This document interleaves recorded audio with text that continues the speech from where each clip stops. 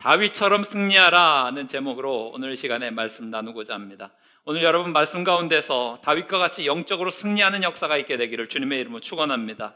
오늘 말씀은 다윗이 골리앗을 물리치는 아주 유명한 장면, 여러분들이 신앙생활 하시면서 수도 없이 많이 들으시고 묵상하셨던 장면인데, 이 다윗의 승리의 길을 우리가 좀 생각하면서 이 다윗이 승리할 수 있었던 힘, 그 원천이 무엇인지 돌아보면서 다윗의 승리가 우리의 승리로 이어질 수 있는 은혜의 역사가 있게 되기를 주님의 이름으로 축원합니다. 오늘 크게 두 대지로 나누어서 설명을 할 텐데, 다윗이 승리할 수 있는 비결은 무엇이었느냐? 첫 번째는 시선이었고 두 번째는 강점이었습니다. 하나하나 생각하면서 이 다윗의 승리를 우리의 삶과 믿음 가운데 적용시킬 수 있기를 바랍니다. 첫 번째는 다윗이 어떻게 골리앗과 싸워서 승리할 수 있었는가?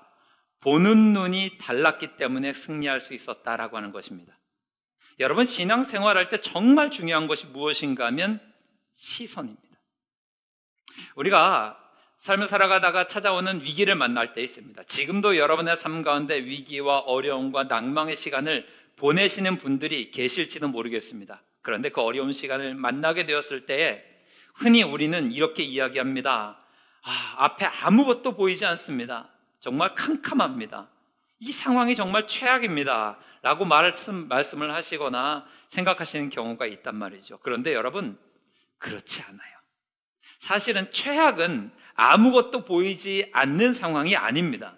진짜 최악은 무엇인가 하면 가짜를 쫓으면서도 그것을 내가 가짜인지 인식하지 못하고 최선을 다할 때가 최악입니다. 엉뚱한 것을 쫓으면서 이것이 정말 최고야 라고 생각하면서 거기에 온 힘과 에너지와 열정을 다 쏟아부으면서 달려가면 그것이 최악이지, 정말로 아무것도 보이지 않는 상황이 최악이 아닙니다. 왜냐하면 보이지 않을 때는 어찌되었든 무엇이라도 선택할 수 있는 여지는 남아있는 거거든요. 그런데 엉뚱한 것을 쫓아가다 보면 이것은 다른 것 보이지 않아요. 그냥 그것만 바라보면서 무식하게 쫓아갈 때가 너무나 많다라고 하는 것입니다. 이런 의미에서 오늘 말씀의 다윗을 보면 다윗은 바르게 보는 시선을 가지고 있었습니다.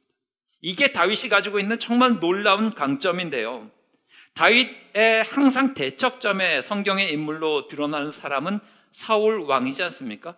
사울 왕은 다윗과 좀 달랐습니다. 왜냐하면 잘못된 것을 바라보고 그것만을 쫓았던 인물이기 때문에 그렇습니다. 오늘 우리가 함께 읽은 성경 말씀의 33절 말씀을 보게 되면 다윗이 사울 왕에게 나가서 싸우겠다라고 이야기하는데 사울은 다윗에게 싸울 수 없다고 이야기합니다. 이유가 뭡니까? 너는 소년이니까 못 싸운다.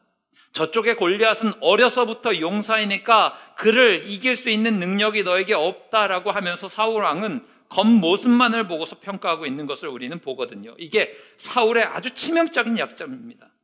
껍데기만 봅니다. 외형만 봅니다. 그 원천과 그 중심을 바라볼 수 있는 능력이 하나도 없어요. 쉽게 이야기하면 사울 왕은 가짜를 바라보고 진짜를 바라보지를 못합니다. 여러분 생각해 보십시오. 사실 겉모습이라고 하는 것은 일부분이거든요. 그런데 많은 사람들이 사울 왕과 같이 부분을 보면서 전체를 보는 것처럼 착각하고 있는 경우가 굉장히 많아요. 이게 시선이 잘못되어 있는 거거든요. 부분만 보고 판단을 잘못하는 거예요. 이게 우리의 삶 가운데서도 고스란히 나타나는 경우가 많습니다. 주로 우리가 광야의 길을 걷는다, 우리가 환난의 길을 걷는다, 우리의 삶에 문제가 있다, 어려움이 있다, 이럴 때 착시 현상이 굉장히 많이 벌어져서 마치 내가 지금 힘들고 어려우니까 내 앞에 있는 그 문제가 부분인데 전부인 것처럼 착각하는 경우가 굉장히 많습니다. 특별히 지금 어려운 길을 경험하고 계시고 문제가 있고 힘들고 괴로운 상황에 계신 분들, 여러분의 시선을 잘 점검하셔야 됩니다. 그것이 전부가 아닌데 마치 전부인 것처럼 착각을 해요. 예를 들면 예수님께서 40일 광야에서 금식 기도하시고 처음으로 공생애를 시작하실 때 마귀가 3가지 시험을 던지지요. 마귀로부터 예수님이 3가지 시험을 받으시는데 첫 번째 시험이 무엇입니까? 돌로 떡을 만들어 먹어라. 여러분, 떡이 필요 없는 것은 아닙니다. 우리의 인생 가운데 떡은 중요합니다. 40일 정도 금식 기도하고 나면 이 떡은요, 그런데 이 육신이 힘들고 막 여러 가지가 피폐하지 않습니까? 그러면 40일 정도 굶주리면 떡은 인생의 부분인데 전부인 것처럼 보입니다. 이게 문제예요. 여러분, 여러분의 평상시에 떡으로 만족할 사람이 있습니까? 나는 떡만 있으면 돼. 떡이 인생의 전부다. 이렇게 이야기하실 수 있는 분이 계세요? 없죠. 만약에 당신은 떡으로만 만족하는 인생입니다 라고 하면 이건 모욕이죠. 실제로 우리의 인생의 떡은 전부가 아닙니다. 그런데 광야에서는 떡은 아주 일부분인데 전부같이 보여요. 40일을 광야에서 금식한 사람들에게는 이런 착시가 생기곤 합니다. 이게 광야예요. 그런데 이것을 시험을 이기는 방법이 뭐였어요? 예수님이 뭐라고 하세요? 사람이 떡으로만 사는 게 아니다. 선언하시죠. 부분이라고 하는 거예요. 떡이 필요 없다가 아닙니다. 떡은 부분일 거야. 부분인 거야. 이거보다 훨씬 더 큰 게 있어. 그게 뭐예요? 하나님의 입에서 나오는 모든 말씀으로 살 것이다 라고 하는, 하나님이 전부다 라고 하는 믿음의 선언과 고백이 예수님께 있어서 이 모든 것들을 능히 이기게 되었다라고 하는 것이죠. 이런 말씀하시는 분이 있어요. 야, 돈밖에 없어. 세상에 돈이 얼마나 힘이 센데 돈이 최고야. 이것을 틀리다라고, 전적으로 틀리다라고 이야기할 수는 없습니다. 부분적으로는 맞아요. 그런데 우리가 그 이야기를 들었을 때 어떤 느낌이 들어요? 격이 좀 떨어지는 느낌이 들죠. 특별히 우리가 하나님 나라 바라보면서 살아가는 성도들에게 예수 믿는 사람이 돈이 전부야, 돈이 최고야 라고 이야기하면 이분은 어떤 거예요? 하나님이 보이지 않으시는 거예요. 하나님 보지 않고 세상적인 것에만 귀를 기울이면서 아주 부분이 전체인 양 착각합니다. 그리고 그 이야기를 듣는 우리는 그분의 무슨 품격이 좀 떨어지는 것 같은 느낌을 받습니다.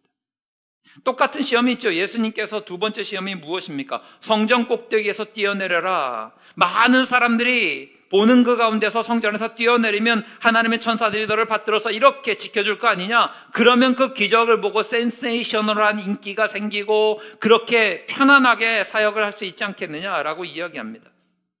여러분, 인기가 필요 없는 것은 아니죠. 그런데요, 인기도 부분이거든요. 사람들에게 뭐 칭송을 받고 이렇게 명예가 생기고 사람들에게 인기가 생기는 것 필요 없는 것은 아니지만 인생의 일부분일 뿐입니다. 그런데 시선이 잘못되면 어떻게 돼요? 인기가 전부인 줄 착각한다고요. 그 사람이 나를 사랑해 주는 것이 내 인생의 전부인 것처럼 착각합니다. 사람들이 나에게 박수 쳐주는 것, 그것이 내 인생의 목적인 것처럼 착각하게 되더라고 하는 것입니다. 대표적인 인물이 누구입니까? 사울 왕이죠. 사울 왕은 어땠습니까? 다윗은 만만인데 자기를 천천히라고 이야기하니 내 인기가 다 저리로 가니까 그의 이 시선이 잘못되죠. 잘못된 것에 꽂히다 보니까 그의 인생을 어떻게 살아요? 이 잘못된 것을 만회하기 위해서만 삽니다. 다윗만 죽이면 내게 모든 인기와 권력이 다시 돌아올 거야. 심지어 그의 자리는 왕의 자리에 있음에도 불구하고 말이죠. 시선이 잘못되어 있으면 삶이 엉뚱한 방향으로 갑니다. 세 번째 시험이 뭐예요? 나에게 절해라. 그러면 천하 만국의 영광을 너에게 주겠다. 이것도 부분이죠. 만국의 영광, 이래봐야 하나님 앞에서는 부분일 뿐입니다. 영광의 전부는 하나님께 있지 않습니까? 믿으십니까? 모든 영광은 하나님께예요. 더 큰 영광이 있잖아요. 보십시오. 광야의 자리는 힘들고 어렵고 거칠고 괴로운 상황 속에서 우리의 시선이 잘못되는 경우를 많이 만납니다. 항상 부분이 전부인 것처럼 착각해요. 광야가 그런 자리예요. 혹시라도 지금 여러분 그렇게 가고 계신 분이 계시지 않습니까? 여러분의 시선을 다시 한번 점검하실 수 있기를 바랍니다. 돈이 전부가 아니에요. 건강이 전부가 아니에요. 높은 자리가 전부가 아니에요. 이게 부분일 뿐이라는 것을 잊지 마십시오. 이 시선이 편협해지면요, 그래서 나오는 게 출애굽 백성들이 했었던 똑같은 실수예요. 이스라엘 백성들이 출애굽을 합니다. 출애굽한 이스라엘 백성들이 하나님 앞에서 가장 빈번하게 했었던 실수와 잘못이 무엇인가 하면 원망이에요. 툭하면 원망하죠. 원망이 특기예요. 나가서 조금만 불편하면 원망합니다. 조금만 어려우면 원망합니다. 조금만 좀 힘들면 애굽으로 돌아가는 게 낫다느니 하면서 엉뚱한 이야기하며 하나님을 향해서 원망을 쏟아냅니다. 왜 원망할까요? 근시안이기 때문에 그렇습니다. 지금 이스라엘 백성들이, 출애굽 백성들이 원망할 때를 보시게 되면요, 자기 눈앞에 있는 것만 보고서 원망을 해요. 눈앞에 있는 환경 보고 원망하고요, 눈앞에 있는 조건만 보고 원망합니다. 만약에 우리는 출애굽의 역사를 다 알고 있지 않습니까? 성경 말씀이 주신 목적이 바로 이런 거거든요. 하나님의 크신 뜻과 섭리를 다 알고 있어요. 그러면 우리가 그 자리에 만약에 있다면, 이 모든 것을 다 알고 그 자리에 있다면 여러분 원망하시겠습니까? 안 하시겠습니까? 원망 안 해요. 하나님이 이스라엘 백성들을 출애굽해서 어떻게 이끄시고 어떻게 인도하시고 어떻게 지켜주시고 어떻게 훈련하실지를 다 알고 그 섭리와 뜻을 알면 당장에 내 앞에서 물이 없다고 원망하지 않아요. 내가 가는 길 앞에 홍해가 있다고, 홍해가 막고 있다고 해서 원망하지 않아요. 오히려 감사할걸요? 왜냐하면 홍해가 가로막혀 있어요. 그러면 이 다음에 무슨 일이 벌어져요? 역사 속에서 전에도 없고 후에도 없을 홍해가 갈라지는 기적을 나는 지금 경험하게 될 사람인 거예요. 그러면 원망할 일이 없죠.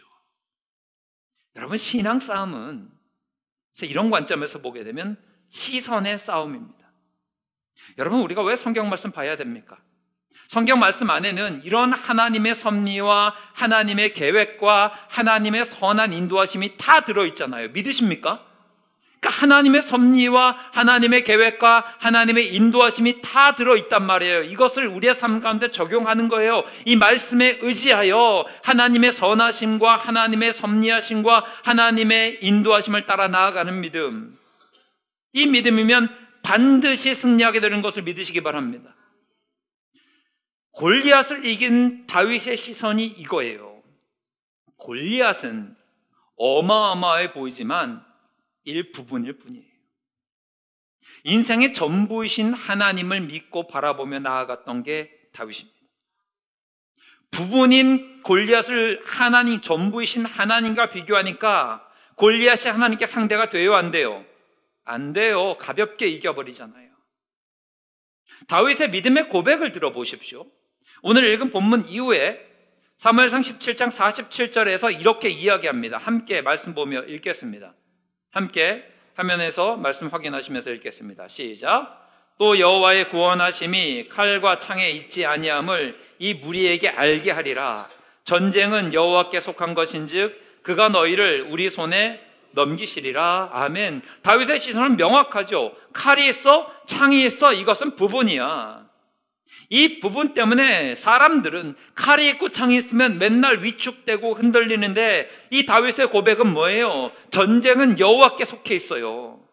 전부를 보라는 거예요. 전부 대신 하나님 바라보면 눈앞에 있는 부분인 칼과 창은 아무것도 아니다라고 하는 것입니다. 지금 여러분들의 삶 가운데, 신앙의 시선 가운데 부분인데 전부인 것처럼 착각되는 것들이 있으십니까? 하나님께 여러분의 시선을 고정하시고 빨리 벗어나시기를 주님의 이름으로 부탁을 드립니다. 하나님 바라보셔야 돼요. 하나님 바라보는 거는요, 하나님을 신뢰한다는 거거든요. 하나님을 바라보고 하나님을 신뢰하시면 어떤 현상이 벌어지느냐? 복잡한 계산과 생각이 멈춰요. 여러분 잘 보시면요, 복잡하게 계산하시기 시작하시면 결단하기 어렵습니다. 복잡한 생각을 가지고 계속 머리 싸매고 계시면요, 이러면 어쩌지 저러면 어쩌지, 그게 도움되기보다는 오히려 방해가 되어서 하나님 앞에서 해야 될 결단을 내리기 어렵고 승리의 길로 나아가기 어려울 때가 굉장히 많습니다. 사울 왕이 눈앞에 있는 골리앗과 싸우지 못한 이유가 바로 이것 때문에 그래요. 출애굽할 때 애굽의 바로 왕이 완악하다라고 성경은 표현하죠. 이 바로 왕이 완악했던 이유도 바로 이것입니다. 바로가 완악했죠. 왜 완악했을까요? 계산했기 때문에 그래요. 지금 200만이나 되는 우리나라의 노동력을 제공하고 있는 이 노예인 히브리 사람들을 보내버려요. 그러면 우리나라 애굽의 경제적인 타격이 크겠죠. 이것을 통해서 얻는 이득이 얼만데 지금 이 노예 백성들을 내보낸다고? 이거 계산하니까 절대 못 보내는 거예요. 하루라도 내보낼 수 없어요. 왜냐하면 하루만 내보내도 내가 얻는 손해가 얼만데, 이러다 보니까 하나님이 보내주신 10가지 재앙이 다 얻어 터져도 이 완악함이 사라지지 않는 거예요. 반대로 하나님께 시선이 고정되어 있고 하나님만 신뢰했던 사람, 이 바로 왕의 대척점에 서 있는 모세를 보십시오. 모세를 생각해 보시면 출애굽기 14장 16절에서 하나님이 홍해 앞에 있는 모세에게 이렇게 이야기하세요. 한번 말씀 보면서 확인하겠습니다. 함께 읽습니다. 지팡이를 들고 손을 바다 위로 내밀어 그것이 갈라지게 하라. 이스라엘 자손이 바다 가운데서 마른 땅으로 행하리라. 지금 홍해 앞에 서 있는 모세에게 하나님이 명령하시는 거거든요. 이 문제를 어떻게 해결할 것인가, 이 홍해가 어떻게 이 홍해를 지나가게 될 것인가 하나님이 명령하세요. 지팡이 있지? 그거 들고 손을 들어. 그러면 갈라지게 될 거야. 여러분, 이 사실 앞에서 우리가 생각하고 계산하면 이 손을 들고 지팡이를 내밀 수 있습니까? 없습니까? 없습니다, 여러분. 왜냐하면 지금 이스라엘 백성들이 위기 앞에서 모세만 쳐다보고 있는데 사람들 다 보는 앞에서 손을 이렇게 번쩍 들어요. 안 갈라지면 어떡해요? 우리는 알고는 있는데, 이 바다가 갈라질 건 알고는 있는데 이미 이 결과를 모르는 모세의 입장에서 만약에 복잡하게 생각하고 복잡하게 계산하기 시작하면 이거는 리스크가 너무 커요. 사람들이 다 기대하면서 모세가 뭘 좀 하나보다 했는데 이렇게 손을 번쩍 드는데 혹시라도 이게 아무 일이 벌어지지 않으면 나는 어떻게 되는 것인가? 이스라엘 백성들 앞에서 내 입지는 어떻게 되는 것인가? 내 리더십은 어떻게 될 것인가? 만약에 안 되면 더 큰 어려움을 겪을 텐데 하나님이 말씀하셨더라도 이거 안 되면 걱정인데? 이렇게 하지 않고 모세는 하나님을 바라보고 하나님을 신뢰하면서 하나님께서 말씀하신 그 말씀대로 손을 들어서 하나님이 일하실 것을 기대하며 순종하며 나아갔습니다. 이 모세의 믿음이 명확하게 드러나는 것은 하나님께서 명령하기 이전에, 우리가 출애굽기 14장 16절 말씀을 읽었잖아요. 근데 이전에 13절 말씀 속에서 더 도드러지게 나옵니다. 함께 읽어보겠습니다. 시작. 모세가 백성에게 이르되 너희는 두려워하지 말고 가만히 서서 여호와께서 오늘 너희를 위하여 행하시는 구원을 보라. 너희가 오늘 본 애굽 사람을 영원히 다시 보지 아니하리라. 하나님께서 명령을 내리시기 이전에 이미 모세의 시선은 하나님께 가 있고요, 하나님만을 신뢰하고 있었어요. 그러니까 이런 믿음과 시선을 가지고 있었어요. 먼저 신뢰한 거예요. 복잡하게 계산하지 않고요, 생각하지 않고요, 하나님을 바라보고 하나님을 신뢰하는 것이 먼저임을 기억하는 여러분들 되시기를 주님의 이름으로 축원합니다. 이때의 믿음의 역사가 일어나는 거예요. 똑같은 이야기가 신약 마태복음 12장에도 나오는데요, 예수님께서 손 마른 사람을 만납니다. 손이 말라서 이거는 도저히 기능하지 못하는 손이 된 거예요. 그런데 예수님께서 이 사람을 고쳐주실 때 어떻게 하세요? 네 손을 내밀어라 라고 이야기하십니다. 이미 이 손이 말랐다라고 하는 것은요, 신경이 다 죽어버리고 피도 안 통하고 근육도 없고 아무런 역할을 할 수 없는 상황에 있는 것인데, 이거 계산하고 생각하면 어떻게 내밉니까? 못 내밀어요. 아니 주님, 예수님, 신경이 좀 돌아오게 만들고 피가 좀 돌아오게 만들고 근육도 좀 생기고 그래서 그 다음에 내밀어라 라고 해서 하시면 내밀죠. 지금 아무것도 안 돼 있는 어려운 상황인데 이걸 내밀으라고 하시면 어떻게 됩니까? 라고 이야기하지 않고요, 이 한편 손 마른 사람은 예수님께서 네 손을 내밀어라 라고 이야기했을 때 말씀에 의지해서 그냥 손을 내밉니다.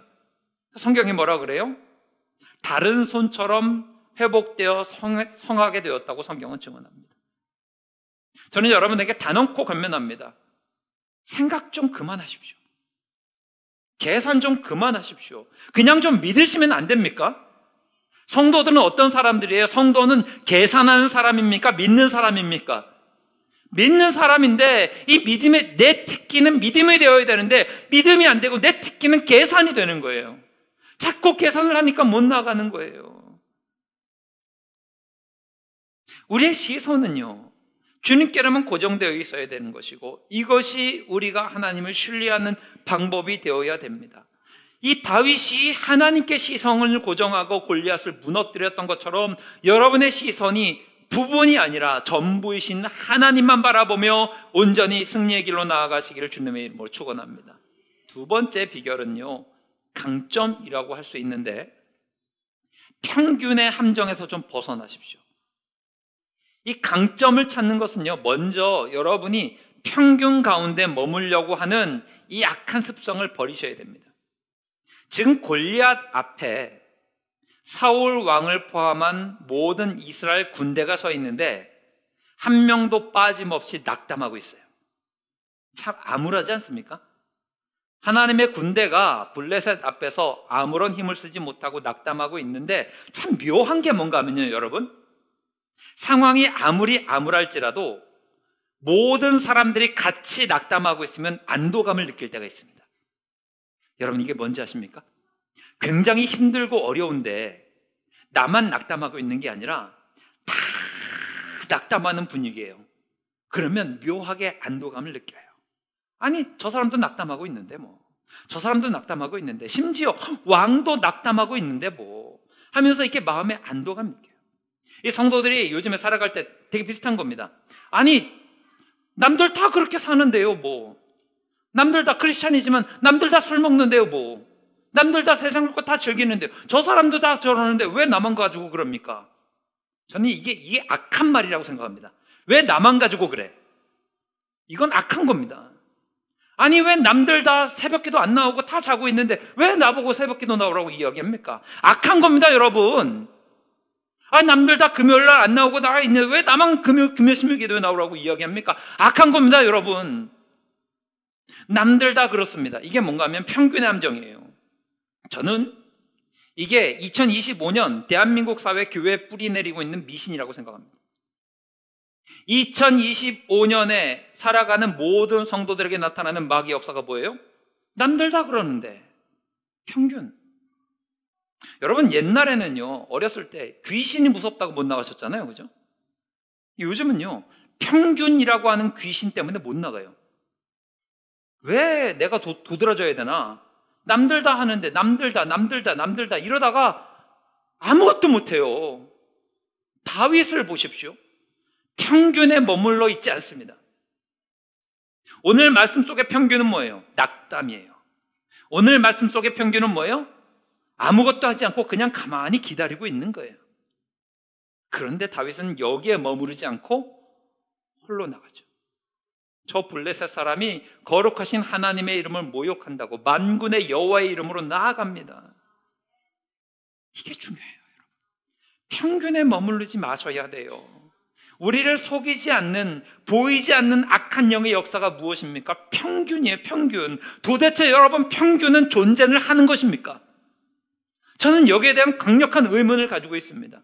도대체 평균은 실제하는 것입니까? 기준만 바뀌면 평균은 항상 바뀌어요. 아니에요, 여러분. 기준이 달라지면 평균은 다 달라져요.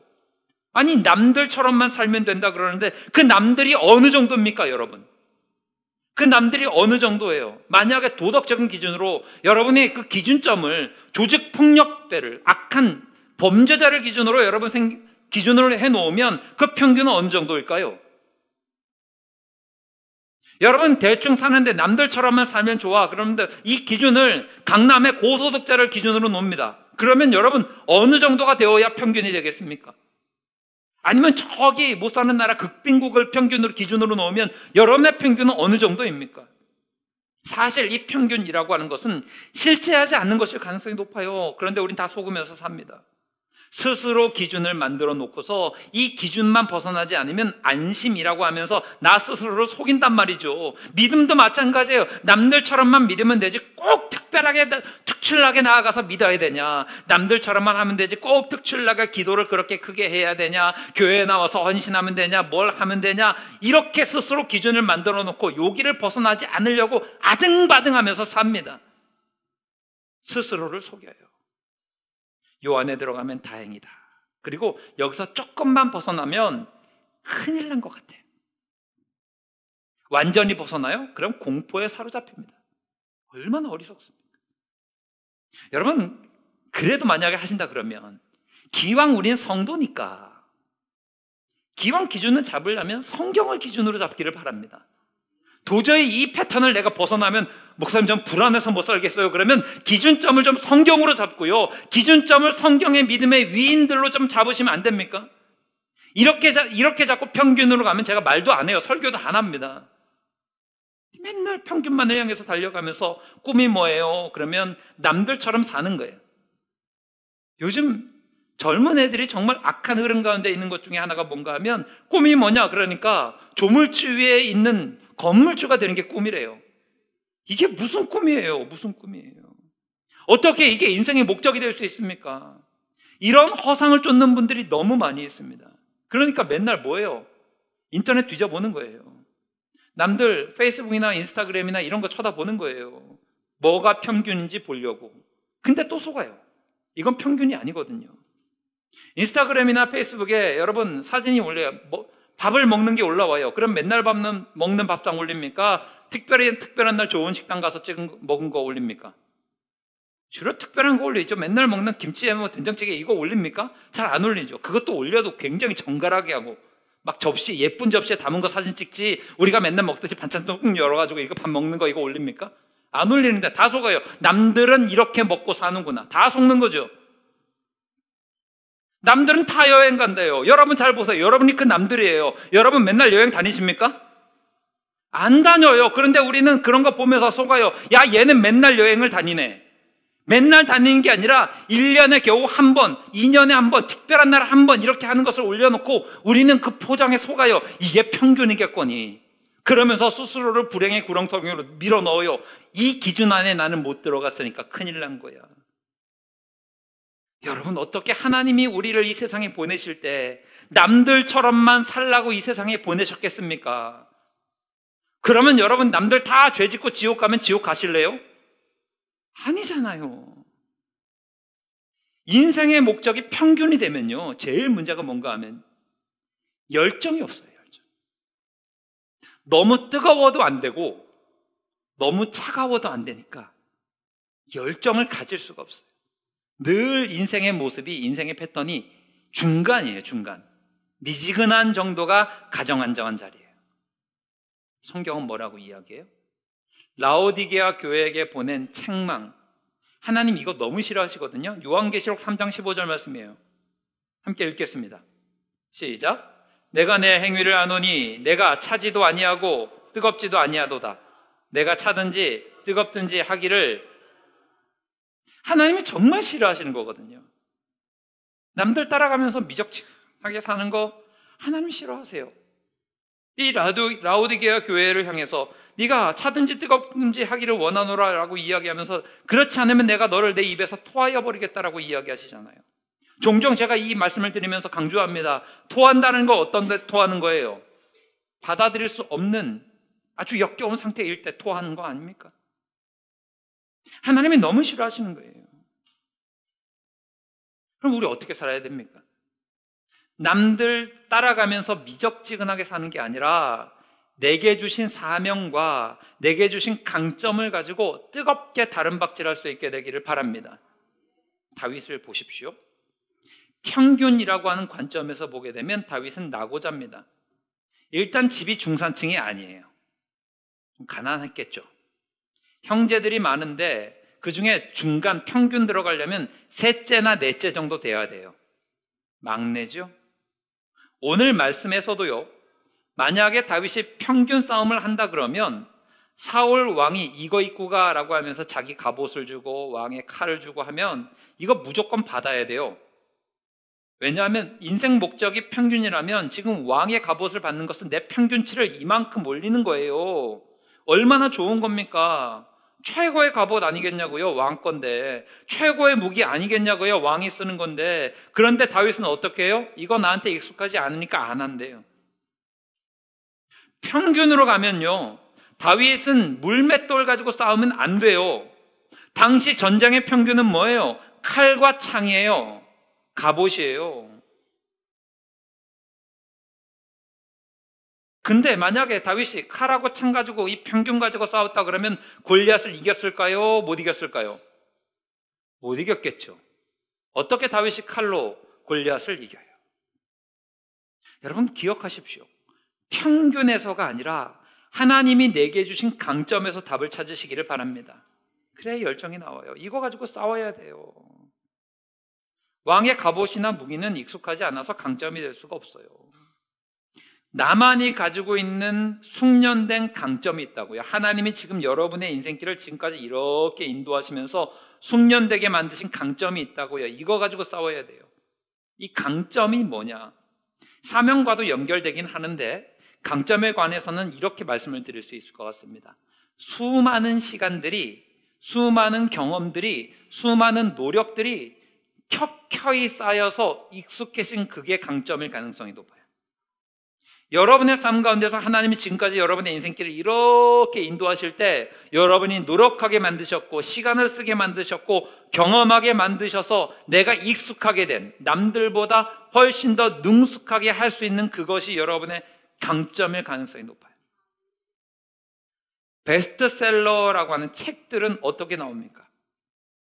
주로 책을 많이 쓰면 나옵니다. 한 10년, 20년 쓰다 보면 좋은 책 한 권 나올 가능성이 높습니다. 교회 가운데서 흔히들 우리가 그냥 흔하게 부르는 말로 기도대장이다라고 부르는 분들이 있어요. 이 기도대장은 어떻게 나옵니까? 기도를 정말 많이 해야지 기도를 잘해요. 그냥 한 번 나와서 기도 한 번 했다고 해서 기도를 잘할 수 없습니다. 믿음도 마찬가지예요. 믿음이 어떻게 성장합니까? 주일에 한 번 이렇게 나와서 신앙생활을 한다 그러면 성장이 별로 없습니다. 별로 없어요, 여러분. 어떻게 해야 돼요? 새벽을 깨우고 수요 예배 나오고 금요 기도에 나오고 많은 시간을 기도와 예배로 주님 앞에 설 때에 이때 변화가 되는 거죠. 시간과 노력과 경험이 차곡차곡 쌓여진 것이 최고의 강점이 될 수 있다고요. 다윗을 보십시오. 35절 말씀을 보게 되면 내가 골리앗에게 나가기 전에 사울 왕에게 이야기합니다. 이미 사자도 쳐 죽였고 곰도 다 쳐 죽였다고요. 뭘로 쳐 죽였을까요? 물맷돌로 다 쳐 죽인 거예요. 이미 자기에겐 강점이 있어요. 왕의 갑옷, 왕의 무기 이런 거 필요 없어요. 하나님이 내게 주신 강점과 달란트와 사명이 있으니까 이 오랜 시간 동안 물맷돌은 차곡차곡 시간과 노력이 쌓여져 있는 강점이 되니까 이거 가지고 싸울 때 승리하게 되는 거 아닙니까? 여러분, 이 강점이 명확하게 드러나려면요 그냥 잘 생각해 보시면 이게 이해가 되실 텐데 내가 잘하는 것으로 끝나는 게 아니라 굉장히 많은 시간과 노력과 이것들이 투입이 되어 있어야 합니다. 이게 여러분의 강점이에요. 목사님 저는 이걸 하길 너무 좋아해요. 이걸로 끝나서는 여러분의 이 강점이 되는 게 아니라 수많은 시간과 노력이 쌓여 있어야 돼요. 그러니까 참깨 있죠. 참깨 한 말은 몇 킬로입니까, 여러분? 동네마다 다르더라고요. 제가 설교 준비하면서 이걸 알아봤는데 명확하게 답을 찾기가 이렇게 어려운 걸 몰랐어요. 어디는 12kg가 한 마리라고 그러고요. 어디는 6kg가 한 마리래요. 우리 동네는 몇 킬로예요?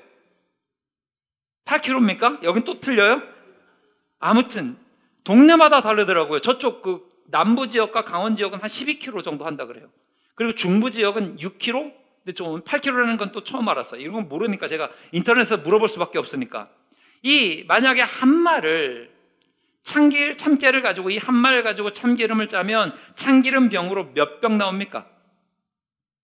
권사님 몇 병 나와요? 적게는 8병, 많이 나오면 9병. 맞아요? 네, 인터넷이 그렇게 가르쳐 줬습니다. 8이나 9병 나오고 조금 더 많이 꽉꽉 짜는 데는 9병 반 정도 나오기도 한다고 한대요.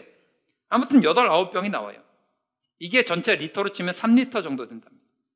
그러면 여러분 6kg은 리터로 치면 6리터거든요.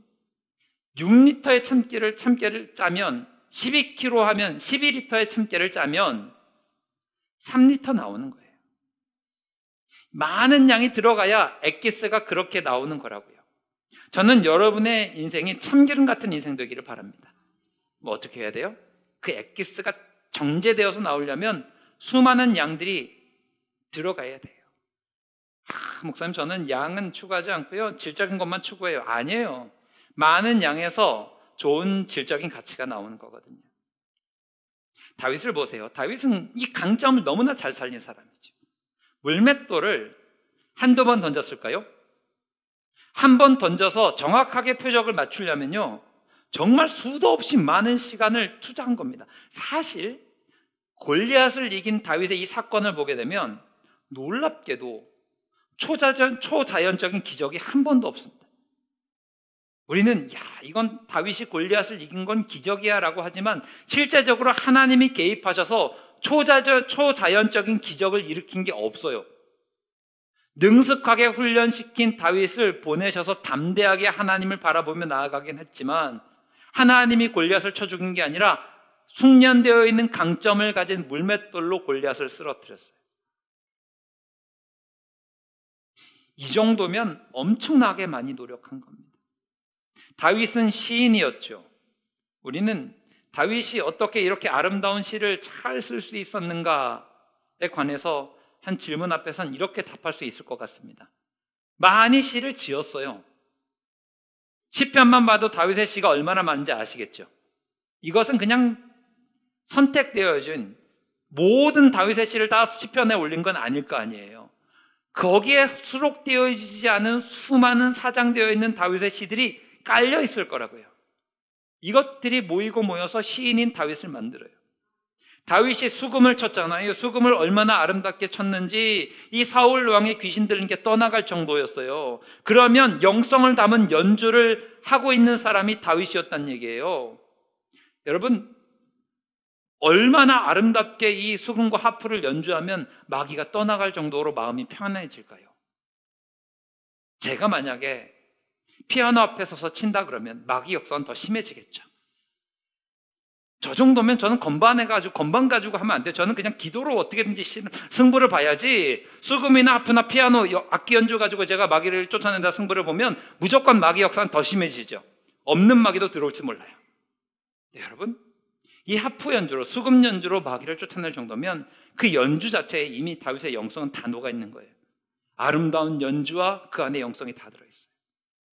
엄청난 실력자죠. 하나님이 그에게 주신 강점을 가지고 거기에 열정을 더하니까 놀라운 승리를 경험할 수 있게 되었다라고 하는 것입니다. 저는 여러분들이 동일하기를 원해요.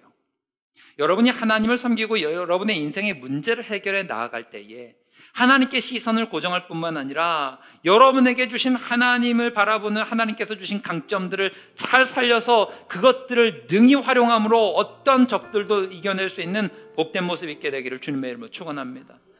다윗의 그 두 가지 강점을 오늘 말씀 속에서 반드시 붙들고 가셨으면 좋겠습니다. 여러분의 시선이 바르게 되어 있기를 바라요. 하나님 바라보셔야 되고 하나님을 신뢰하셔야 됩니다. 두 번째, 여러분에게 주신 강점이 무엇입니까? 이것이 귀한 것임을 알고 이것을 통해서 하나님 주시는 승리를 경험할 수 있는 저와 여러분들 모두가 되기를 주님의 이름으로 축원합니다.